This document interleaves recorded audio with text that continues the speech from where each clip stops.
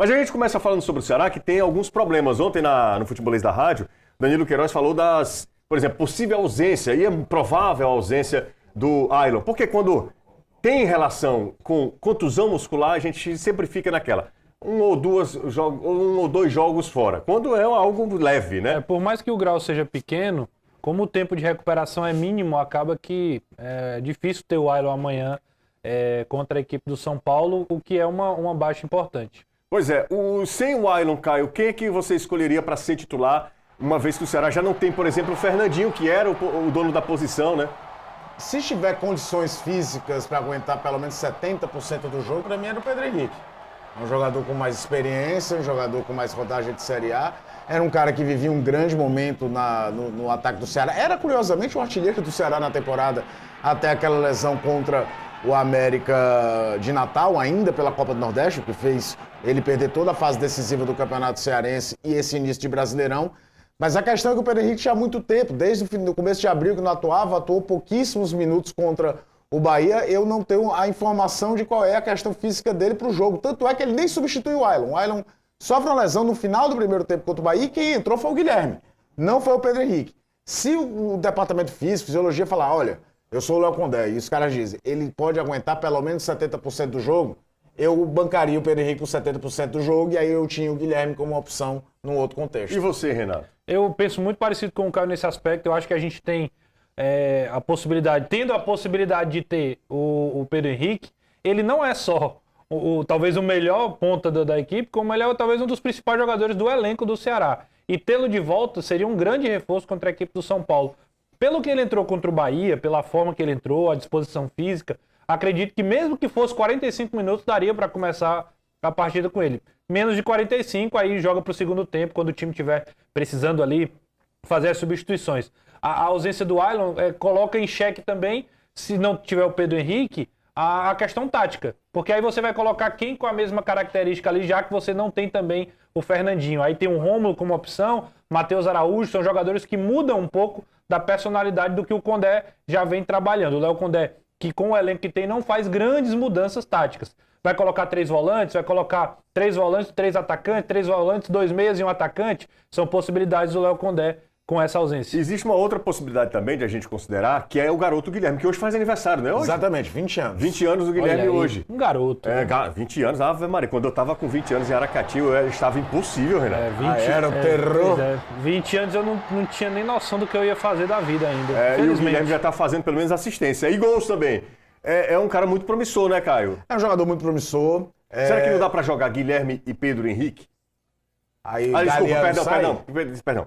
Guilherme e Pedro... Raul. O Guilherme jogaria o Léo Condé, inclusive, naquele dia que a gente falou mais sobre o Guilherme aqui, após o jogo contra o Vasco, ele deu aquela assistência pro Pedro Raul e que o Léo Condé exaltava as qualidades do atacante, falava, inclusive, da questão da recomposição e de jogar pelo lado. Ele foi o escolhido para substituir o Ailon quando o Ailon se contundiu ali no final do primeiro tempo contra o Bahia. Eu acho que a grande questão, por que eu coloco o Pedro Henrique na frente, é que o Guilherme ainda não começou um jogo de Série A. A gente ainda não viu o Guilherme jogar 90 minutos no nível de competição, como acontece. Mas ele goza de prestígio com o Léo Condé. É claro que, como o Renato salientou, existem outras opções. Ele pode vir com o Rômulo, acho difícil, mas a gente levantou essa lebre até no programa da rádio ontem. Pode ser o Matheus Araújo. Não acredito tanto em mudança tática, porque a mudança tática que o Léo Condé fazia ainda lá na Série B era sempre a mesma. Era quando ele tirava o Lucas Mugni, botava o Lucas Rian, abria 2 pontas para jogar com 2 linhas de 4 e 2 atacantes por dentro. Não imagina ele começar o jogo contra o São Paulo pensando numa coisa dessa, ou abrindo mão do Lucas Mugni na faixa central. Acho meio improvável, até para ter um adversário que tem seus problemas, hoje joga muito em cima das pontas, não vai ter o Lucas, não vai ter daquele quarteto do São Paulo que a gente se acostumou ano passado, Caleri, Lucas e Oscar e Luciano, até o Luciano hoje é banco. Então é um time que está numa verdadeira reconstrução, mas cheio de garotos, cheio de vitalidade. Então, acho que, inclusive, se o Pedro Henrique não tiver condição de jogo total, eu vou ficar surpreso se não for o Guilherme o escolhido. Bom, essa é uma dúvida ali no setor de ataque, não tem Fernandinho já há algum tempo, e por algum tempo não terá Fernandinho. Ailon é dúvida, a gente não crava, mas é dúvida, muito provavelmente não vai para o jogo também, foi uma lesão muscular. Lesão muscular é muito difícil, a recuperação demora um pouquinho mais.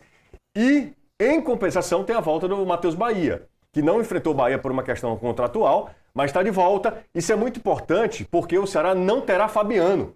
Aí você coloca o Rafael pelo lado direito e o Matheus Bahia e tá tudo certo, né, O Renato? Matheus Bahia cresceu muito de produção em 2025. Ele assume um protagonismo, inclusive, de líder, né? Ele se torna uma referência do ano passado e parece que abraçou essa ideia de ser um desses jogadores que tem essa referência, de que tem essa participação mais ali na fala, no vestiário. Mas de jogo, o Matheus Bahia acabou sendo muito importante por dois aspectos.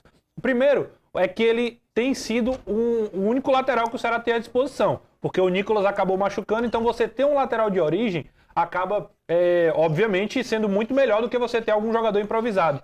E a segunda coisa é que o Matheus Bahia tem melhorado as suas deficiências, tanto defensivo, falava-se muito que o Matheus Bahia não sabia defender, e ele tem, com o Léo Condé, com o apoio do sistema defensivo, tido um desempenho melhor nessa fase, mas também é um jogador muito útil lá na frente, que chega, que participa. E em jogos na Arena Castelão, onde o Ceará tem esse protagonismo de ir para cima, de jogar nesse modelo, ele também é muito importante. Então ter o Matheus Bahia de volta é também aumentar o seu poder ofensivo. Galera que pode participar no nosso zap, tá? 3466-2040, é o WhatsApp do Futebolês. Você manda mensagem pra gente, qual seria a sua escolha em relação à Fortaleza também, que também joga amanhã e a gente vai abordar o assunto Fortaleza. Mas lembrando que amanhã, às 6 horas, começa a nossa transmissão, mas a bola rolando às 18h30 da noite lá na Arena Castelão. Estaremos juntos com... Chegar cedo, hein, bicho? Exatamente, era isso que eu ia falar, com um grande público, né? 35, né? A última parcial já deve divulgada. ter passado. Eu acho que é coisa de 40, tá? Tem Não, eu acho que é esgotado. mais. Setor norte está esgotado. Vai ser Setor norte é loucura. a nossa esquerda, né? Isso. Onde Falta fica um dia, a Ceramon, né? ainda pro jogo, né? Isso. Um pouco mais de 24 horas. Se já bateu 35, tem a galera 36... que vai na empolgação também, né? Eu acredito que vai para mais de 40, Tem um 40. percentualzinho que a galera que faz o check-in não vai. Que o clube já trabalha com essa estimativa, né? Exatamente. margem,